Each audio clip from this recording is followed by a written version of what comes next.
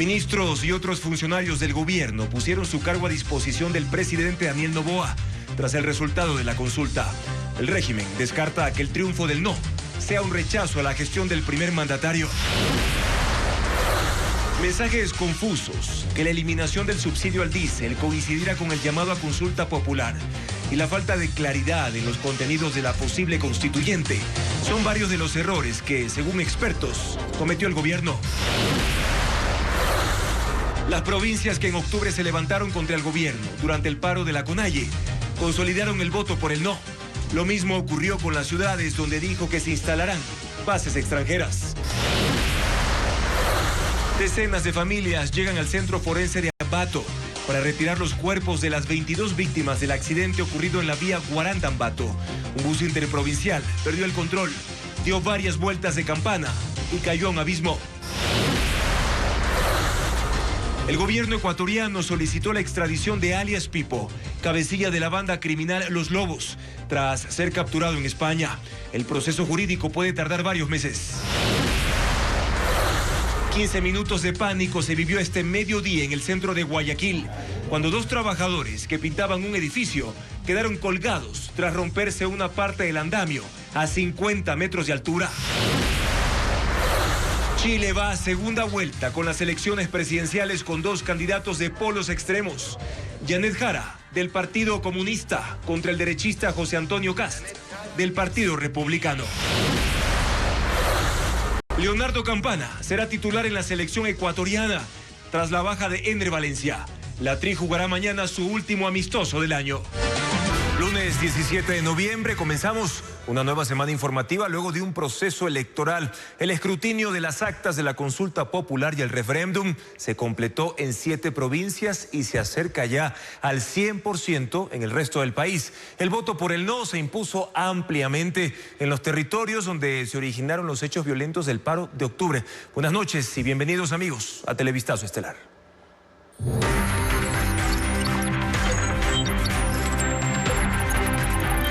Consulta Popular 2025.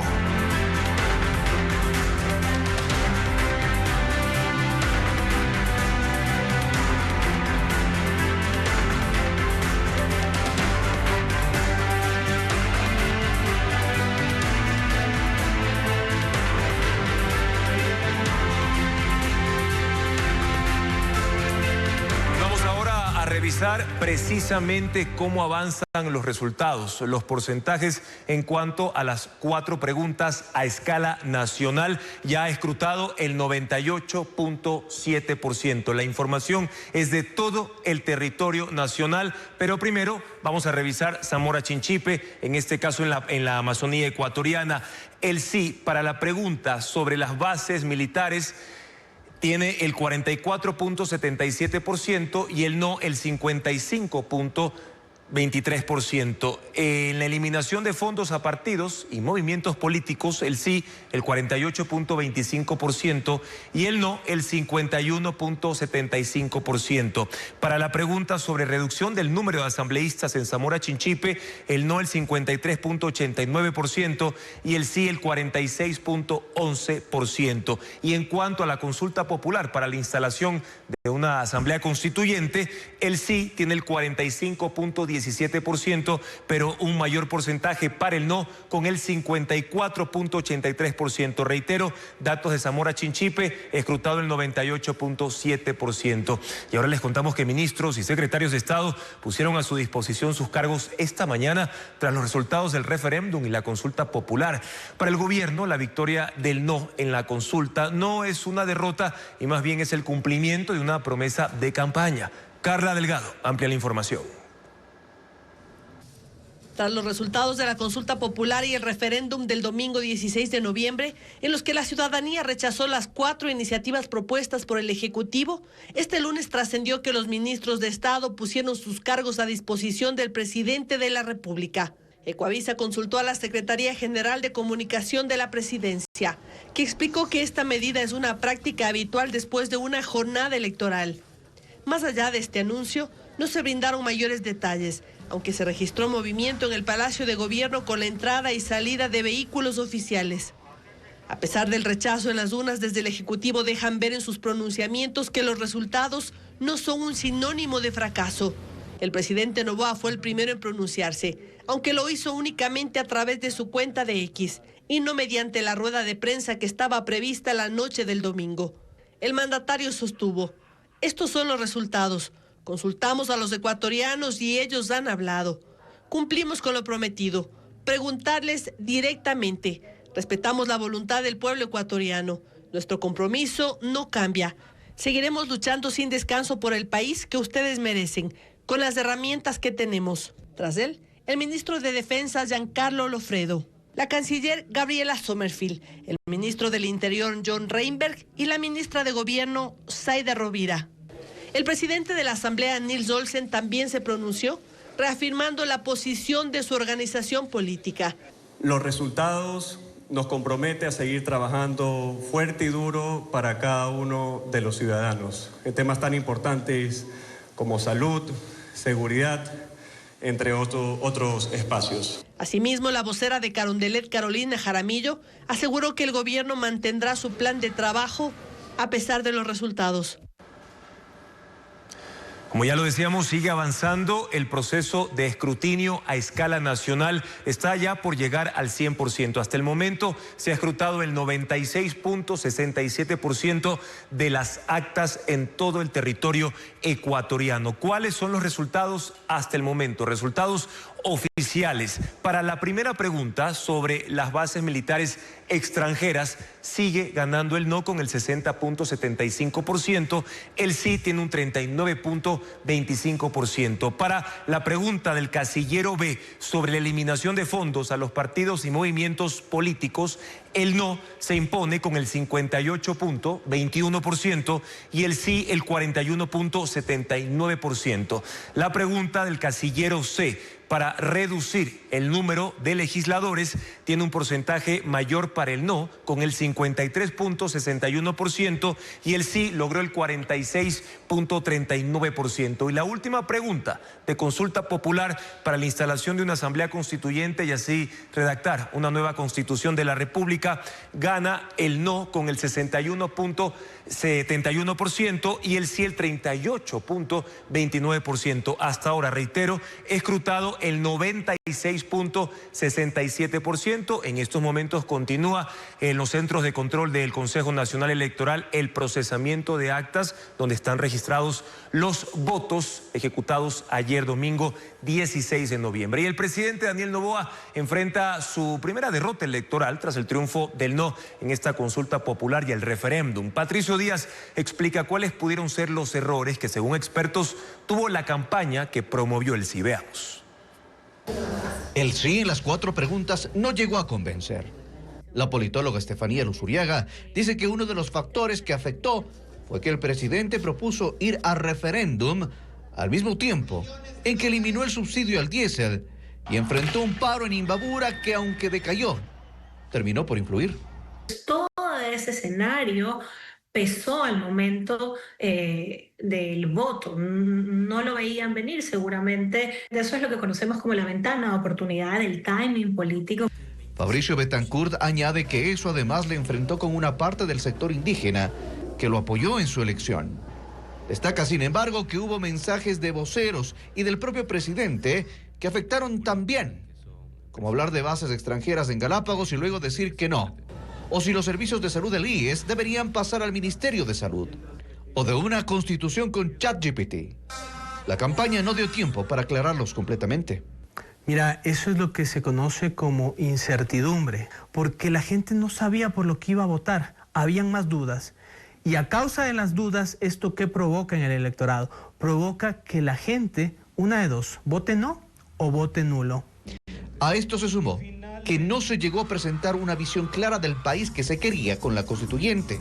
Y ese no saber terminó impactando en la decisión de todas las preguntas, porque definitivamente vimos un arrastre de un voto en plancha importante, seguramente liderado por la pregunta de la constituyente.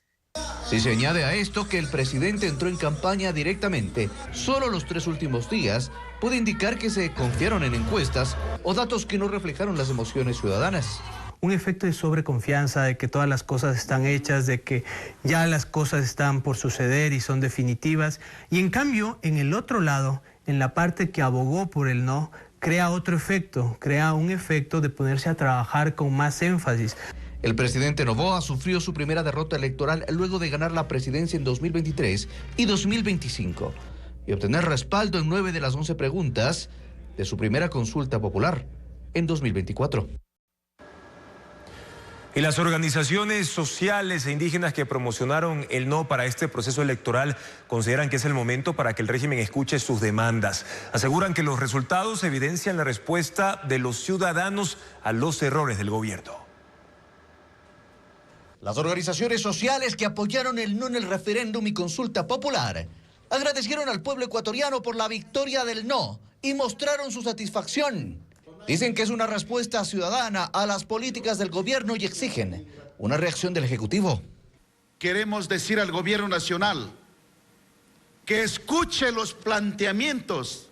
Se gobierna escuchando las voces de los pueblos. Atribuye la victoria a un trabajo conjunto de organizaciones sociales en territorio que impulsó también iniciativas ciudadanas que tuvieron relevancia en redes sociales. Se organizaban colectivos pequeños, se organizaron redes sociales alrededor del no y explicando lo que implicaba la reforma constitucional. Este triunfo no se lo atribuye a ninguna bandera política, partidista, sino al pueblo ecuatoriano. Las organizaciones sociales además piden que la inversión que se iba a hacer en la Asamblea Constituyente se destine al área social. Que los 200 millones de dólares que iba a gastar en una constituyente innecesaria se invierta en salud y en educación y se declare en emergencia.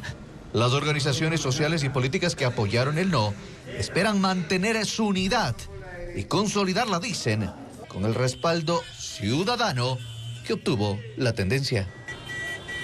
Y analistas políticos sostienen que los resultados de la consulta popular y referéndum no dieron el triunfo a ninguna organización política, sino que son una expresión orgánica de la sociedad. El voto por el no, explican, tampoco fortalece al correísmo. Esa corriente política no figuró ni siquiera en esta campaña. Además, porque muchos de sus dirigentes hoy colaboran con el gobierno del presidente Noboa.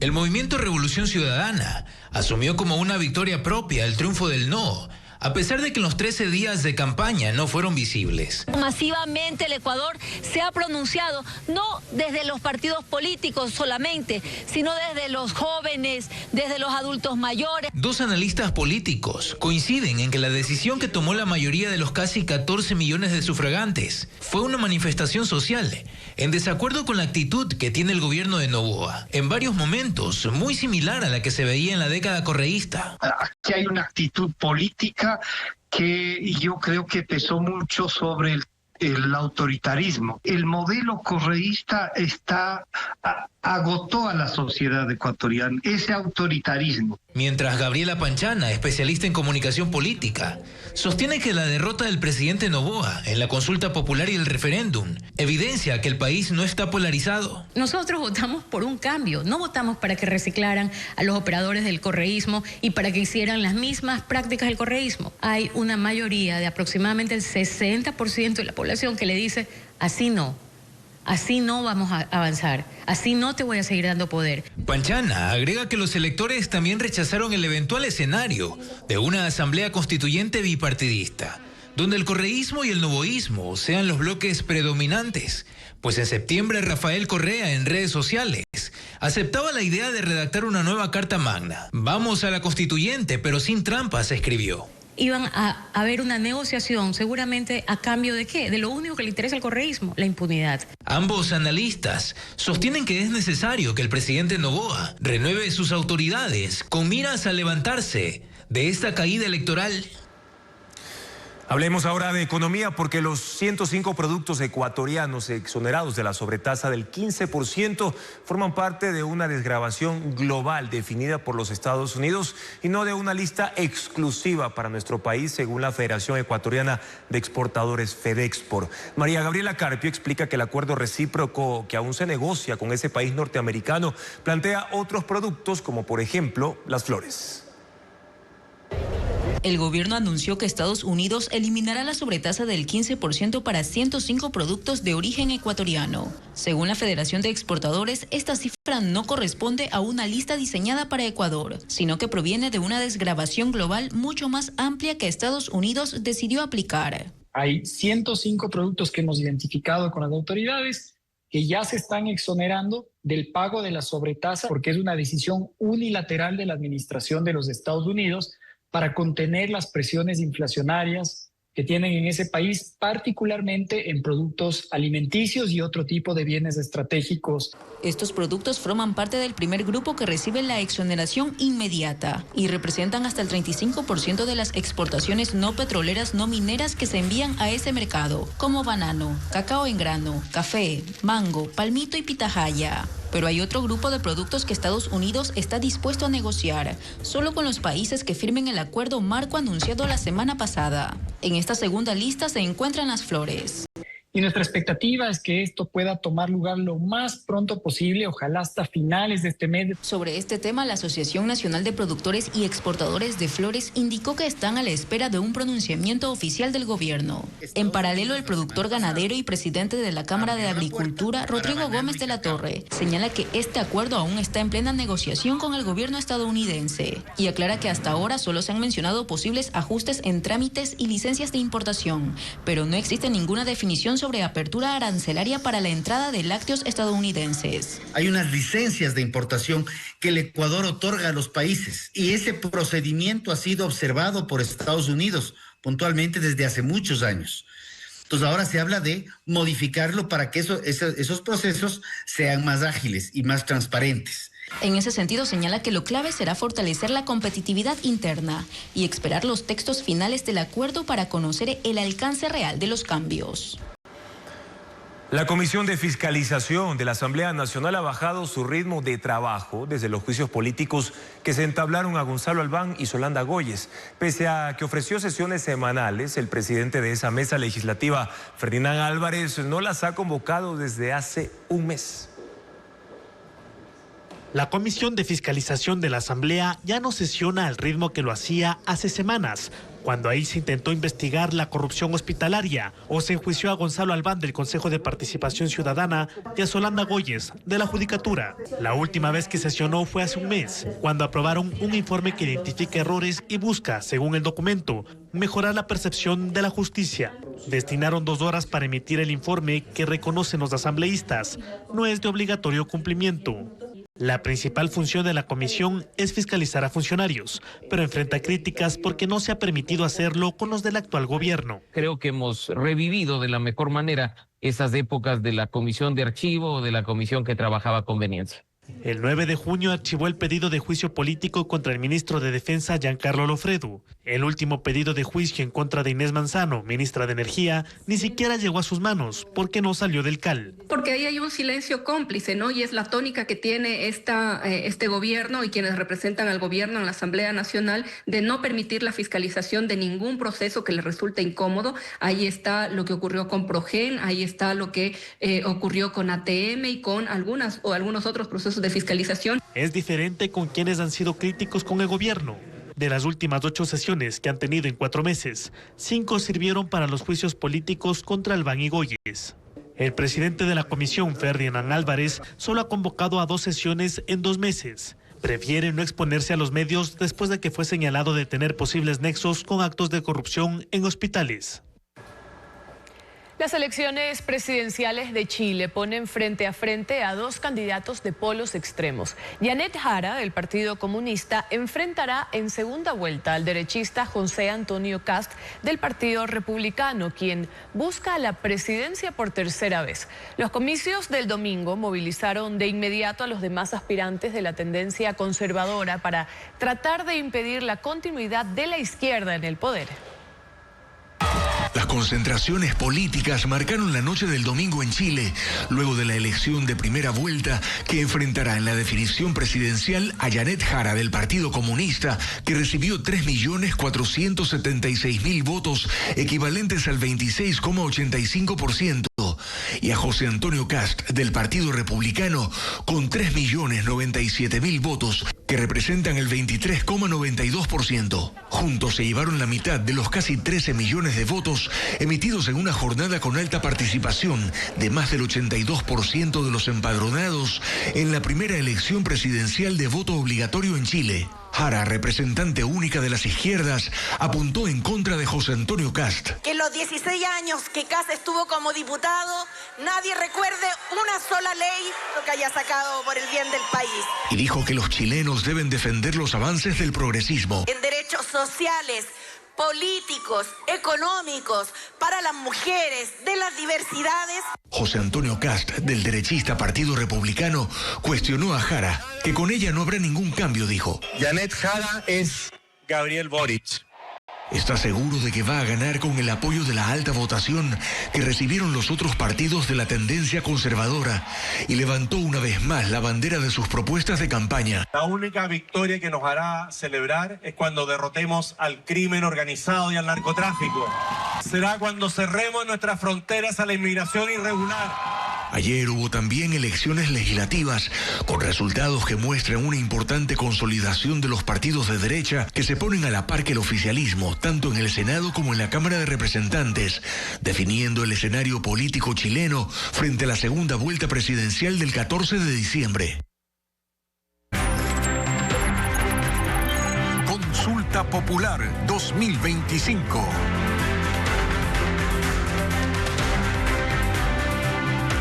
Seguimos con nuestro recorrido con los resultados en distintas provincias tras la consulta popular y referéndum que se desarrolló ayer en todo el territorio nacional. Vamos a revisar cómo avanza el escrutinio en la provincia de El Oro, que por cierto está por llegar al 100%. Hasta el momento se han escrutado un total de 99.43% de actas en esa provincia de la costa ecuatoriana, donde también se impone el no en todas las 4 preguntas de la consulta y referéndum. Para bases militares extranjeras, el no obtuvo el 58.68% y el sí el 41.32%. En cuanto a la pregunta B sobre eliminación de fondos a partidos y movimientos políticos, también gana el no con el 56.12% y el sí tiene un 43.88%. Sobre la reducción de asambleístas, la pregunta del casillero C, el no tiene el 51.41%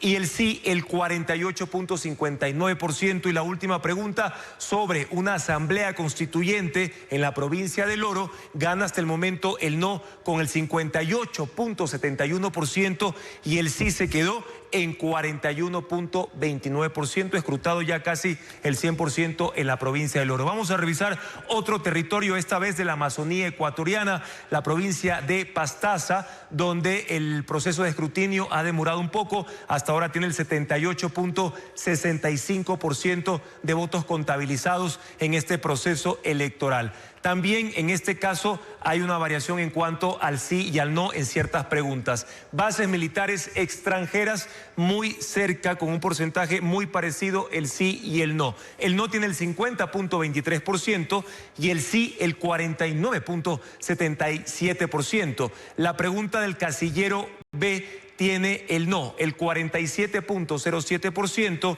y el sí el 52.93%. La pregunta sobre reducción de asambleístas tiene el sí, el 58.16%, ha ganado el sí en esa provincia, y el no, el 41.8%. Y sobre la instalación de una asamblea constituyente, también muy cerca ambos porcentajes. El sí tiene el 49.21% y el no el 50.79% en la provincia de Pastaza. Vamos a revisar ahora también en el sur del Ecuador qué pasa con la provincia de Loja, donde ya se ha terminado el proceso de escrutinio. Se han contado todos los votos y se han validado las actas en esa provincia del sur del país. para la pregunta sobre bases militares extranjeras. La primera pregunta, el no, el 52.48% gana el no en esta pregunta y el sí, el 47.52%. Sobre eliminación de fondos a partidos y movimientos políticos, gana el sí con el 51.94% y el no el 48.06%. En cuanto a reducción de asambleístas, la pregunta del casillero C, también gana el sí en esa provincia con el 57.95% y el no obtuvo el 42.05%. Y en cuanto a la instalación de una nueva asamblea constituyente para redactar una constitución, el no gana con el 53.08% y el sí el 46.92%, reitero, en la provincia de Loja, donde ya se ha escrutado el 100% de las actas con los votos registrados. Y cambiando de tema, le contamos que Ecuador solicitó la extradición de alias Pipo tras ser capturado en España. Al cabecilla de los Lobos se le atribuye una serie de delitos, entre ellos el de robo con muerte, por el que fue sentenciado a 16 años de prisión. La Fiscalía solicitó formalmente la revocatoria de la extinción de esa pena y también abrió otra causa en su contra por fraude procesal por su falsa muerte, informa ABC Granja. Wilmer Giovanni Chavarría Barré, alias Pipo o Tuerto, considerado el máximo cabecilla de los Lobos, fue detenido este domingo 16 de noviembre en Málaga y ahora enfrenta 2 nuevos procesos jurídicos: la solicitud de extradición por parte de Ecuador y una investigación por fraude procesal abierta por la Fiscalía General del Estado para determinar la red de cómplices que ayudó a simular su muerte y presentar documentación falsa en 2021 en un proceso penal por robo con muerte, causa en la que fue sentenciado a 16 años de prisión. La Fiscalía solicitó formalmente la revocatoria de extinción de la pena.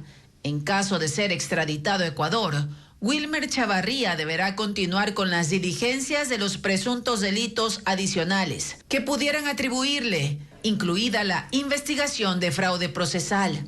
Pero ¿cuánto tiempo podría tomar este proceso de extradición? En el caso de España, lo primero que hay que saber es si alias Pipo lo van a procesar allá. En paralelo, dependiendo de los juicios que él tenga acá pendientes o de las investigaciones que sean promovidas a procesos penales, el Estado ecuatoriano, en calidad de requirente, le dirá: ¿sabes qué, justicia española? Pásame a este ciudadano para acá en un trámite de extradición para yo procesarlo. Según el abogado Casanelo, el caso de alias Pipo es similar a lo ocurrido con alias Negro Willy, quien también fue detenido en España en 2024 y cuya extradición aún no se cumple, aunque ese país aprobó este proceso en junio de este año. Según la investigación, el cabecilla de los Lobos no vivía en España, sino en Dubái, pero iba a ese país por sus negocios ilícitos.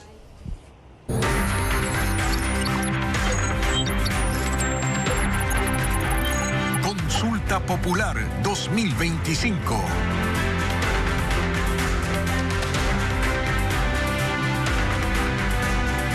Seguimos revisando las tabulaciones que continúan generándose tras el proceso de escrutinio que, como veíamos anteriormente, en algunas provincias ya ha terminado. Es el caso de Chimborazo, donde ya se ha escrutado el 100% de actas que posteriormente han sido validadas para poder mostrar estos porcentajes, que en el caso de la pregunta del casillero A sobre bases militares extranjeras se impone el no con el 57.17% y el sí el 42.83%. La pregunta sobre eliminación de fondos a partidos y movimientos políticos también se impuso el no con el 53.39% y el sí el 46.61%. En el caso de la reducción del número de asambleístas en Chimborazo ha ganado el sí con el 52.15% y el no con el 47.85%. Y la última pregunta sobre la instalación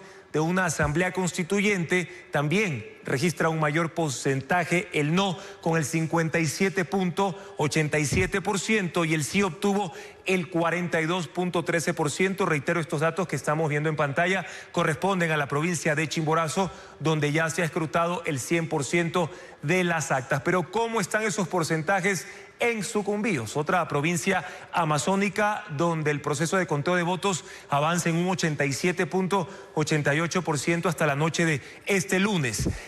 Para la pregunta de bases militares extranjeras, el no tiene un porcentaje mucho más alto que el sí. Tiene el 73.48%. El sí en la primera pregunta obtuvo el 26.52%. En el caso de la eliminación de fondos a partidos y organizaciones políticas, el no tiene un 71.04% y el sí solo logró el 28.96%. Reducción del número de legisladores. La pregunta del casillero C. El no también gana con el 66.4% y el sí el 33.6%.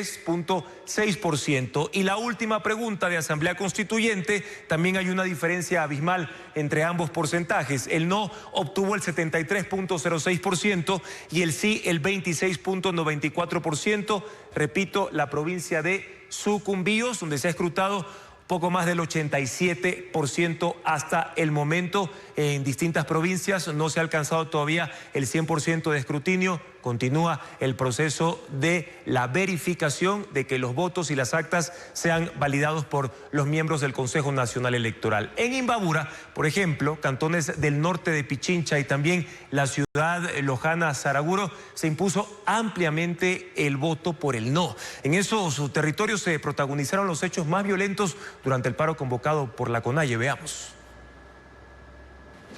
El no en las 4 preguntas impulsadas por el gobierno se impuso mayoritariamente en los territorios donde se protagonizaron las últimas manifestaciones de octubre. Imbabura, que fue el epicentro de las protestas, apoyó el no con 65,8% en promedio en las 4 preguntas. En Otavalo, ciudad que estuvo 31 días en resistencia, el no alcanzó 77% de apoyo. Un triunfo del pueblo ecuatoriano en rechazo al autoritarismo, a la prepotencia, a la represión brutal sin precedentes en la historia del país. En Pichincha la diferencia fue menor. Incluso el sí ganó en la pregunta 3 sobre la reducción de asambleístas. En promedio, el no obtuvo 54,8% en todas las preguntas, pero en los cantones del norte, en donde hubo protestas contra el régimen, el no fue contundente. En Cayambe 77% y en Pedro Moncayo 80%. Los resultados se dieron a pesar de que el gobierno ofreció un paquete de ayudas a comerciantes y agricultores y préstamos a bajo interés a microproductores en estos cantones de Pichincha y en todo Imbabura. Tras el paro, Loja como provincia apoyó al sí en las preguntas sobre la eliminación del financiamiento a organizaciones políticas y la reducción de asambleístas, pero en el global el no obtuvo 48,3% de apoyo. Todo cambia en Saraguro, que también fue centro del paro convocado por la CONAIE. Ahí el no sumó 72%. Luego del paro de octubre, las organizaciones sociales y la CONAIE anunciaron que centrarían sus esfuerzos en la campaña por el no, rechazando las políticas del gobierno. Las organizaciones indígenas de Imbabura hicieron campañas por el no y celebraron el revés del gobierno en este proceso electoral. Para ellos, el resultado reivindica su lucha durante el último paro. En Otavalo hubo celebración por el pronunciamiento en las urnas. Esperaron la demorada cadena del Consejo Nacional Electoral y pasadas las 22 horas decidieron salir a las calles. La mayoría en caravana vehicular. Bajaron de todas las comunidades que protagonizaron el paro hasta hace 15 días, pero esta vez llegaban a celebrar el revés del gobierno. Es mejor, debe cambiar. Algunas cosas sí, pero de momento así estamos. Por el centro de Otavalo iban pasando los vehículos hacia la zona del Parque de los Dinosaurios. Así se llama el lugar donde murió José Guamán, uno de sus comuneros, a quien le dedicaron esto que decidieron en Imbabura. Nosotros como pueblos quichuas hemos estado en resistencia, tanto los 31 días, así también en estos días que hemos estado en la campaña recorriendo los territorios. Con voladores, pitos y banderas salieron a celebrar incluso en la E35. Realizaron una marcha a pie y a esa hora los transportistas y transeúntes se sumaron con las bocinas a los festejos que se fueron hasta las primeras horas de la madrugada de este lunes.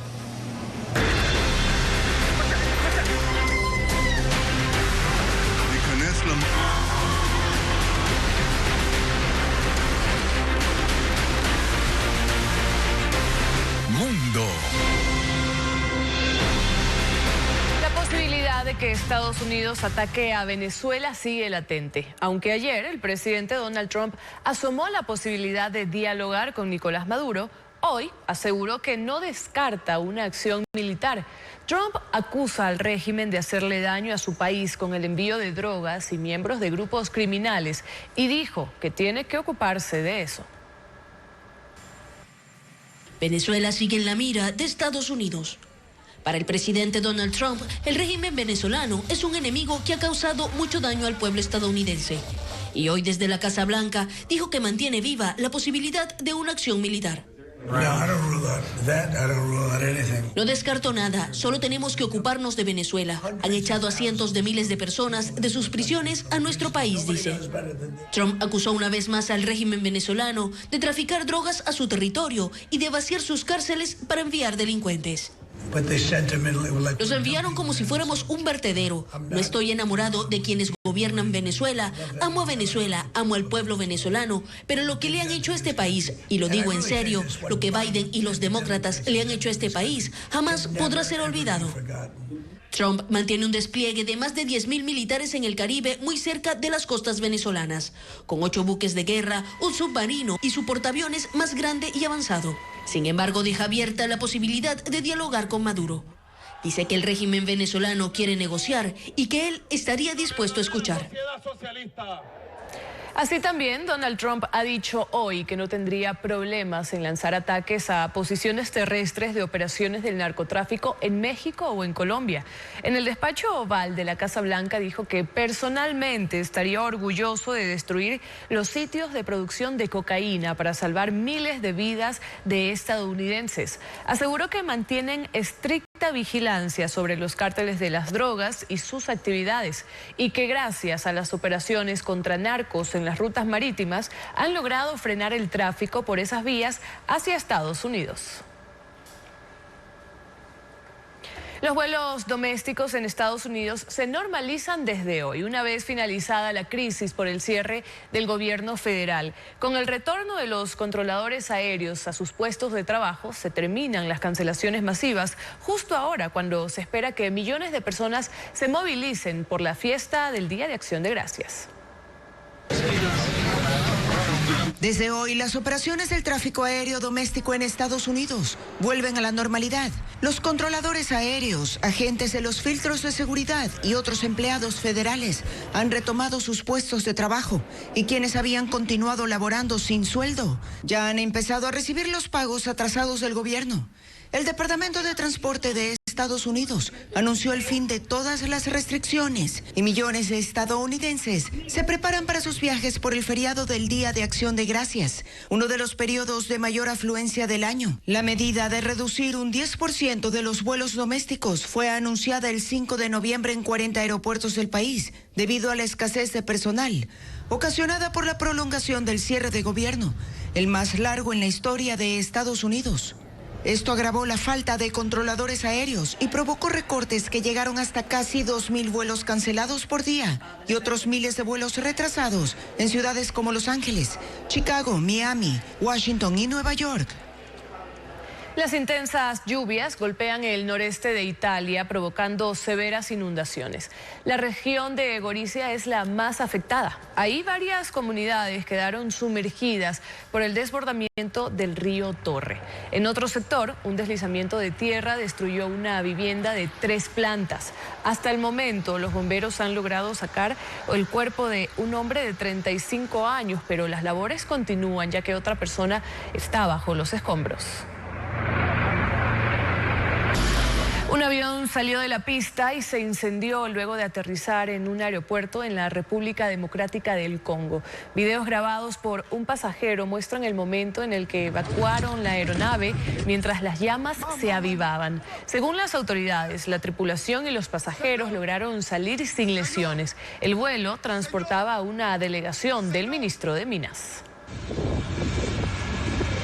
El primer ministro polaco, Donald Tusk, denunció un sabotaje en una línea férrea de Polonia que es clave para el envío de ayuda a Ucrania. En un mensaje en X confirmó que en la ruta de tren Varsovia-Lublin, estalló un artefacto explosivo que causó daños en la vía, así como otras afectaciones provocadas en otro punto por donde pasa el tren.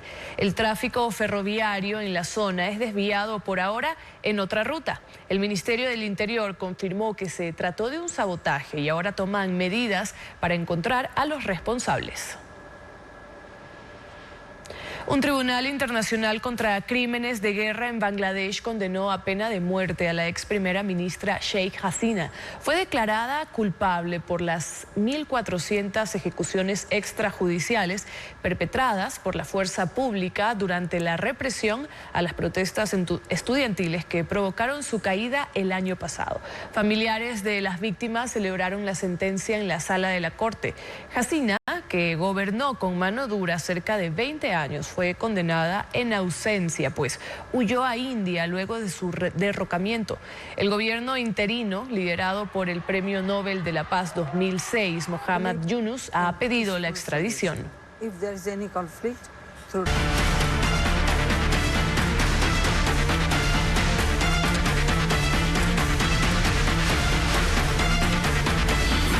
Guaranda, otra tragedia vial. Un día después del siniestro de tránsito que dejó 22 víctimas mortales y 34 heridos en Guaranda, el dolor se concentra en Ambato. Hasta el centro forense y los hospitales de la ciudad han llegado decenas de familias que intentan identificar a sus seres queridos o confirmar si figuran entre los sobrevivientes trasladados desde el sector La Bajada de Gerrana, donde un bus se precipitó por un barranco. Fabián Villa con más detalles de esta historia. Pero una mateñita, mira. Este fue el punto de partida de una nueva tragedia vial en Guaranda, provincia de Bolívar. Era cerca de la 1 de la tarde de este domingo, cuando un bus interprovincial de la cooperativa Ambateñita perdió pista en el sector La Bajada de Gerrana. La unidad se precipitó por un barranco, dejando 22 fallecidos y 34 heridos. La caída ocurrió en segundos y adentro viajaban familias completas, parejas, jóvenes que volvían a Guaranda después de sufragar en la ciudad de Ambato. A 200 metros de la vía principal, la carrocería quedó irreconocible. Comuneros del área escucharon el estruendo. Sin esperar la llegada de equipos especializados, descendieron por la pendiente y fueron los primeros en hallar escenas de devastación. Removieron escombros para rescatar a heridos. Los fallecidos y heridos fueron trasladados a Ambato. Hoy, el centro forense de la ciudad concentra el peso del duelo. Familias que llegan en silencio, esperando noticias, tratando de encontrar a sus seres queridos. La identificación avanza a paso corto y cada familia aguarda el momento de saber con certeza qué ocurrió con los suyos. Su compañero había estado la maletita agarrada, decía, aquí está su hija. María Cuji vive una búsqueda desesperada. Su hijo murió en el accidente, pero aún no hay rastros de su nuera, quien también iba en el bus. La acá traído, diciendo aquí ya no se encuentra nombre, dice, pero no sé, ahora no sé dónde estará, o estará allá mismo, no sabemos, pues. Los familiares de las víctimas señalaron que lo que queda hoy es esperar que todos puedan volver a casa, aunque sea en la forma más dolorosa. Seguimos con más información aquí en Televistazo Estelar. También estamos en vivo por ecuavisa.com y Ecuavisa Play. Vamos a hablar ahora de la situación de la carencia de equipos médicos y el retraso también en los traslados y la falta de insumos que afecta la atención en el Hospital Francisco de Orellana en el Coca. Pacientes y familiares enfrentan dificultades y evidencian que el servicio no responde a las demandas. Elizabeth Quesada con más detalles de este panorama. La crisis en el Hospital General Francisco de Orellana y el Coca se refleja en cada pasillo. Pacientes que llegan en busca de ayuda y se encuentran con equipos inhabilitados e insumos agotados. Videos grabados por usuarios muestran la puerta cerrada del espacio donde funcionaba el único tomógrafo. El equipo dejó de operar este mes y desde entonces los pacientes deben ser trasladados a otros cantones. Uno de esos casos fue el de un joven de 26 años que ingresó la semana pasada tras un siniestro de tránsito. Permaneció 4 días hospitalizado y falleció a la espera de una tomografía y la valoración de un neurocirujano que no había. Su familia asegura que el traslado a Quito no se concretó porque les pidieron pagar el combustible de la ambulancia. Los doctores han dicho que no, ya no podía resistir. Por lo que ahora a Quito le pidieron. Igual, sí, nosotros dijimos si había posibilidad de llevarnos, dijeron que también no había gasolina, teníamos que poner $80 de gasolina, teníamos que esperar que alguien, o sea, pedir ayuda, o sea, prestado. O sea, es difícil. En la sala de emergencia, otros pacientes con aneurismas cerebrales llevan más de 10 días esperando que la red pública gestione un traslado. Esta mujer, cuya madre está internada, debió llevarle por sus propios medios a una clínica privada de Sucumbíos para realizarle una tomografía. Nos mandaban a la Guairo, que teníamos que esperar un cupo. Entonces el doctor dijo que no había, que buscáramos. Nosotros hicimos lo que se pudo. Buscamos $140 para llevarla y aparte $40 más para la ambulancia. Los pacientes aseguran que deben comprar las recetas diarias en farmacias privadas, incluso paracetamol, y que no hay insumos para cirugías, como lápices de electrobisturí, agujas espinales y hasta insumos para colocar sueros. Una jeringuilla no tiene el hospital de Francisco de Orellana. A esta crisis se suman los 4 meses de retraso en los pagos a más de 20 trabajadores de servicios externalizados de limpieza. Ya no tenemos para los niños, ya no tenemos ni la colación, nada. A veces usted piensa que va a pasar todo el día trabajando con un pan y un vaso de café. No, no podemos. Y a veces compañeros que ni siquiera almuerzan. Eso lo que yo solicito es que por favor nos ayuden cancelando. Televistazo solicitó una entrevista con la directora del hospital, Gina Pérez, pero indicó que no está autorizada y que la información oficial debe ser proporcionada por la Coordinación Zonal 2 de Salud, que hasta el cierre de este informe tampoco respondió.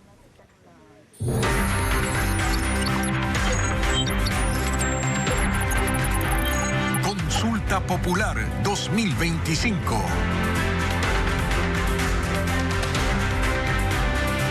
Seguimos revisando la información de los porcentajes en cuanto a la consulta popular y referéndum, pero por cada una de las provincias. Ahora vamos a hablar de los resultados en Santa Elena, donde ya se ha escrutado el 100% de las actas. En el caso de la primera pregunta sobre bases militares extranjeras, en esa provincia de la costa se impone el no con el 66.65% y el sí el 33.35%. Para la pregunta del casillero B sobre eliminación de fondos a partidos y organizaciones y movimientos políticos, el no también tuvo un porcentaje mayor. Estamos hablando del 65.43% versus el 34.57% del sí. Para la reducción del número de asambleístas, también en esa provincia ganó el no, con el 61.14% y el sí, el 38.86%. Y la de Asamblea Constituyente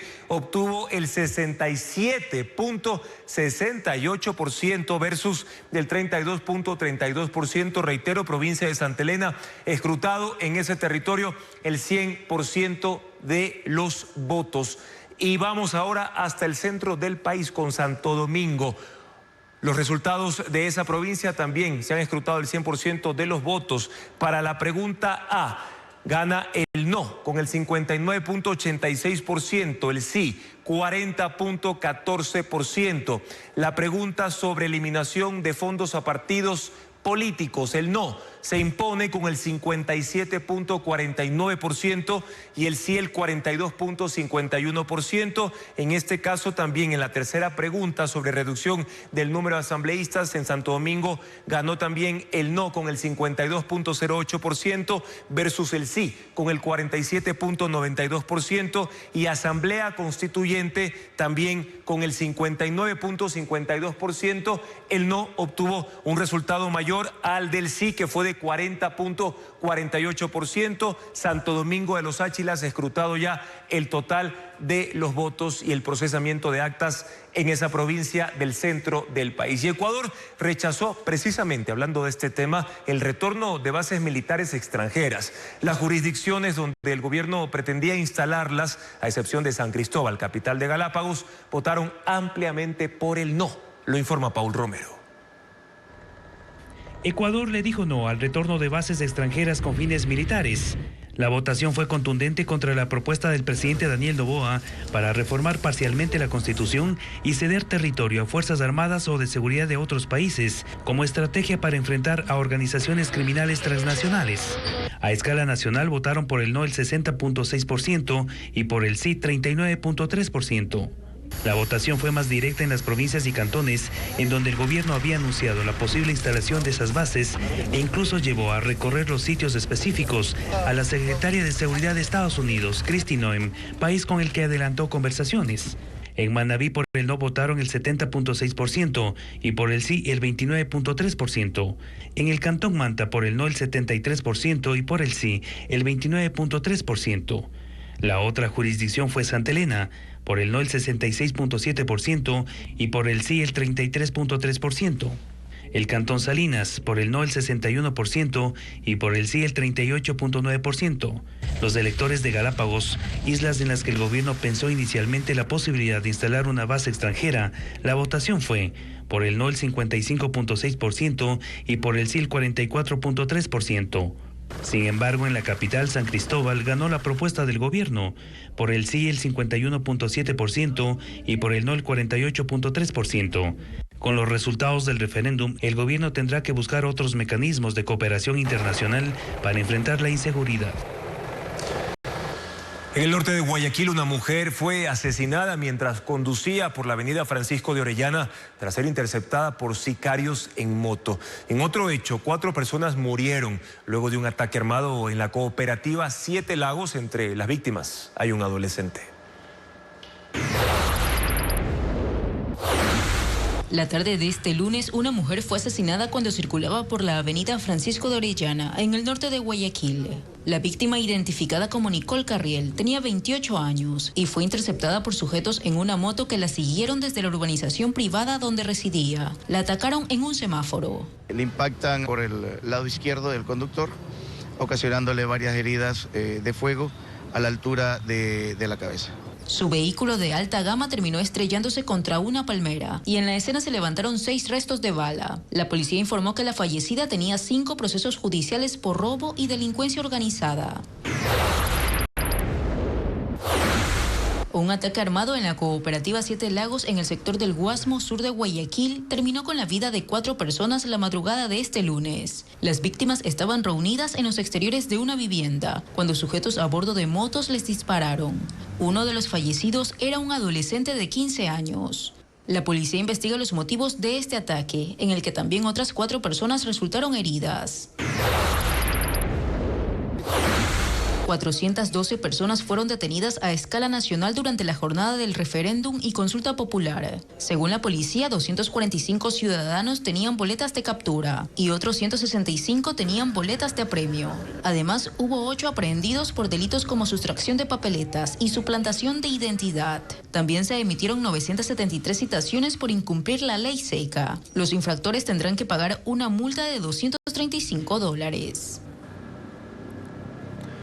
2 obreros fueron rescatados con éxito por el Cuerpo de Bomberos de Guayaquil tras desplomarse su andamio mientras laboraban en el piso 22 del reconocido edificio de la Previsora. La intervención, que duró 15 minutos, dejó a la ciudad un testimonio de esperanza y profesionalismo. Bessie Granja relata lo ocurrido.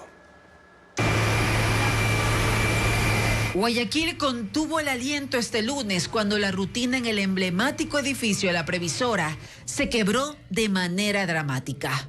Poco antes del mediodía, un crujido metálico anunció lo impensable. La sección de un andamio colapsó, dejando a 2 trabajadores suspendidos a 50 metros de altura desde el piso 22 y sobre la avenida 9 de Octubre y Malecón, en el centro de la urbe.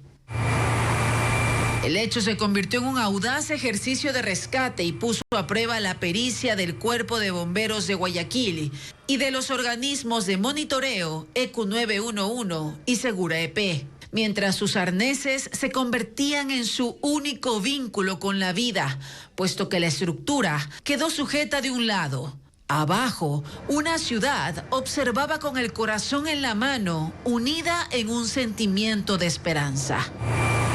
2 carros escalera, Una ambulancia y un equipo de rescate se desplegaron al sitio. Mientras en tierra, el tráfico fue desviado y varias calles se cerraron, entre ellas la avenida 9 de octubre, para dar mayor espacio a los organismos de rescate. Internamente también el grupo de rescate accedió por el lado de adentro para ver otras opciones de acceso. Se determinó que la mejor vía era por el lado de afuera. Como usted vio, con la Bronto 19 se procedió a embarcarlos en la canastilla y bajarlos para que sean atendidos por el personal de atención prehospitalaria. Están quizás ligeramente golpeados, más asustados por el evento que sufrieron. Como vemos, está siendo atendido uno en la ambulancia, no presenta heridas mayores, más que está un poco alterado y le estamos dando oxigenoterapia. El segundo ciudadano no pudimos atenderlo porque ingresó inmediatamente al edificio, entonces no tenemos mayor datos de él. Guayaquil pudo por fin exhalar con el alivio de un milagro cotidiano. El susto quedó atrás.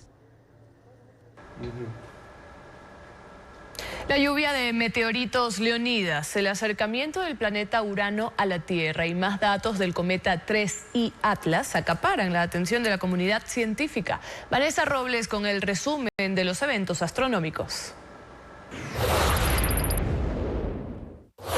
La lluvia de meteoritos Leónidas será visible con mayor claridad la madrugada del martes 18 de noviembre entre la 1 y 3 de la mañana. Así lo informó el Instituto Astronómico de Quito. Este fenómeno sucede una vez al año y se caracteriza por iluminar el cielo nocturno con destellos brillantes. Se llama así porque se origina de la constelación Leo y podrá observarse hasta el 30 de noviembre.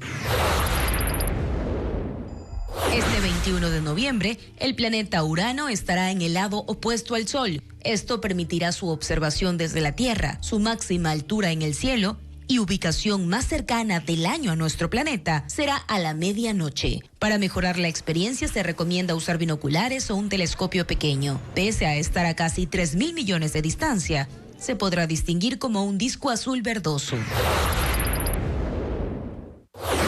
El cometa interestelar 3I Atlas sigue intrigando a la comunidad científica tras su descubrimiento en julio pasado. La cola iónica del cuerpo celeste ha crecido de forma notable. Así lo reveló una imagen recientemente capturada por telescopios robóticos. 3I Atlas es el tercer objeto interestelar confirmado que visita nuestro sistema solar y sus fotos están disponibles en el portal de la NASA. Se estima que podría tener más de 7.000 millones de años. Este lunes en la provincia de Loja, la imagen de la Virgen del Cisne emprendió el último tramo de su regreso al santuario luego de 3 meses fuera del templo. Lo hizo acompañada por miles de peregrinos que madrugaron para seguirla desde San Pedro de la Bendita hasta el Cisne. Alejandra Sánchez nos cuenta más del recorrido. Y bendito es el fruto de tu vientre, Jesús. Se escuchaban cantos sueltos, oraciones rápidas y el llanto discreto de quienes esperaron 3 meses para verla volver a su templo. Cerca de 3.000 peregrinos se congregaron para caminar a su lado en este último tramo hacia el santuario en la parroquia del Cisne, de la ciudad de Loja. Para unos era la culminación de una promesa, para otros un gesto de agradecimiento o un despido silencioso. Vengo porque me ha hecho tantos milagros y toda mi familia es devota. En el trayecto, la procesión hizo una pausa en la Hacienda María Victoria, donde los romeriantes participaron en una Eucaristía especial. Tras la 1 de la tarde, avanzaron junto a la imagen, entre ellos familias enteras que repiten el camino cada año. Yo hice la devoción de venir porque vivo enferma. Hice la devoción de venir a la Virgen andando.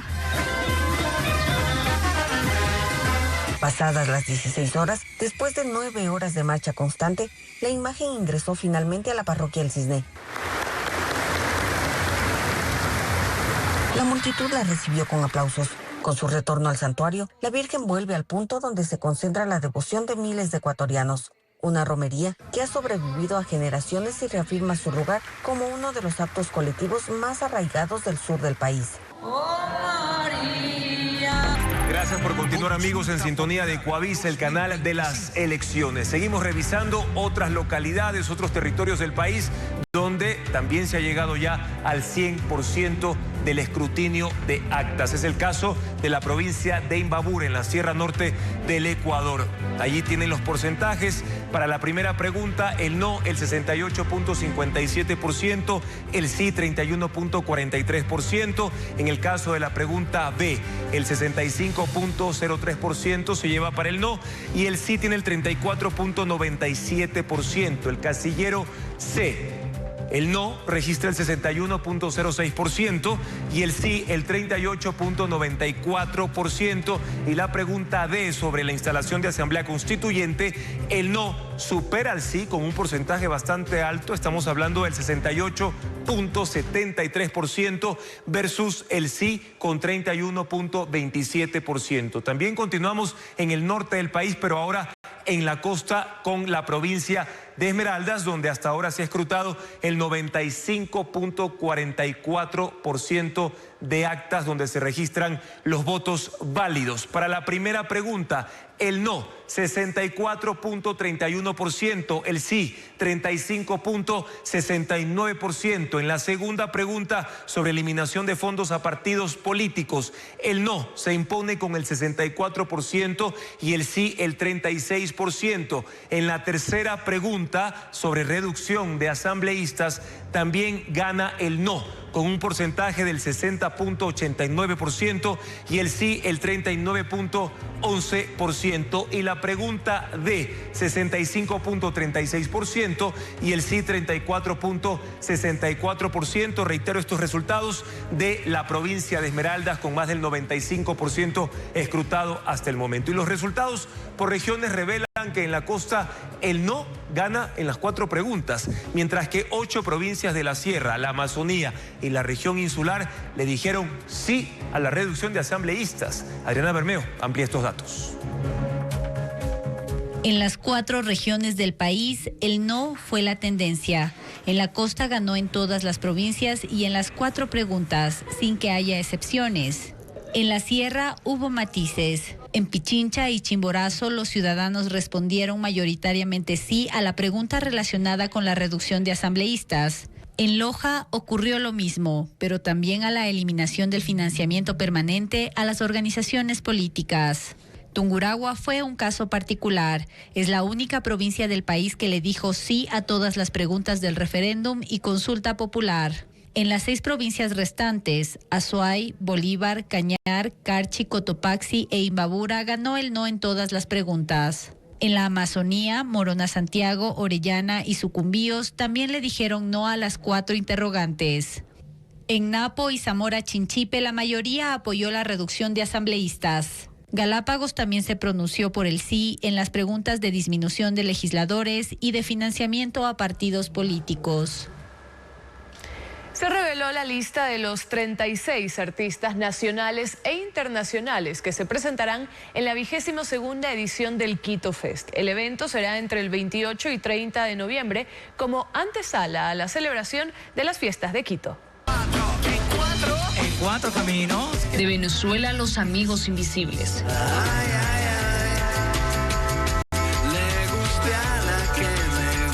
De Argentina, Bersuit Vergarabat. De Cuba, Orillas. Desde México, Siddhartha. Por Ecuador, Guardarraya, Guanaco, Descomunal, La Mala Maña, entre otras. En total, 36 bandas nacionales e internacionales formarán parte de la edición número 22 del Quito Fest. Un evento que marca el preámbulo de las fiestas de Quito y que se celebrará durante 3 días, 28, 29 y 30 de noviembre, en el Parque Bicentenario. Cats, el icónico musical de Broadway, llegó a Quito con una puesta en escena protagonizada por 34 artistas provenientes de Ambato, Baños y Puyo. Tras su exitoso paso por la capital, la obra regresará con nuevas funciones en marzo del próximo año. Veamos.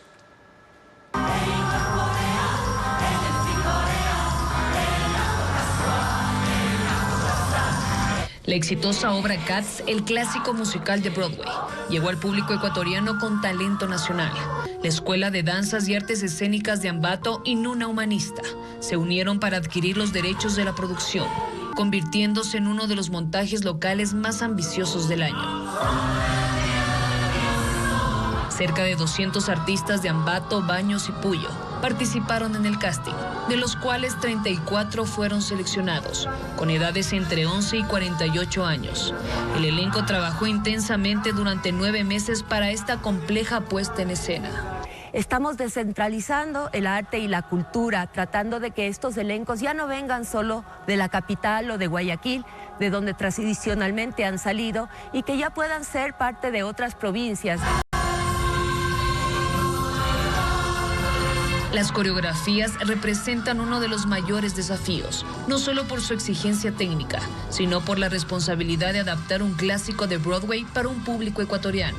Esta obra es una de las obras más técnicas del Broadway Jazz. Realmente requiere una capacidad vocal, de voz muy alta, y también el tema de los bailarines ha sido otra de las partes difíciles, ya que imagínate lo que es ver gatos en escenas bailando. La actriz Camila Urrutia, quien interpreta a Bombonachona, da vida a una gata soñadora y dormilona. Siento que para tener un buen personaje es muy importante poder conectar y entender la historia de trasfondo que tiene, para eso poder transmitirlo al público. Por su parte, Yesiel Viteri destacó que debió aprender nuevas técnicas de actuación para asumir su personaje. Sí, en las expresiones de los gatos, cómo se mueven, cómo actúan. La icónica obra Cats está lista para una gira nacional prevista para marzo del próximo año, con funciones en Quito, Guayaquil, Cuenca y Riobamba. Y se acerca la Navidad, la capital francesa se ilumina. París encendió las luces en los Campos Elíseos. Además, se inauguraron mercados navideños, paseos peatonales y recorridos por el río Sena para completar una mágica experiencia en la ciudad.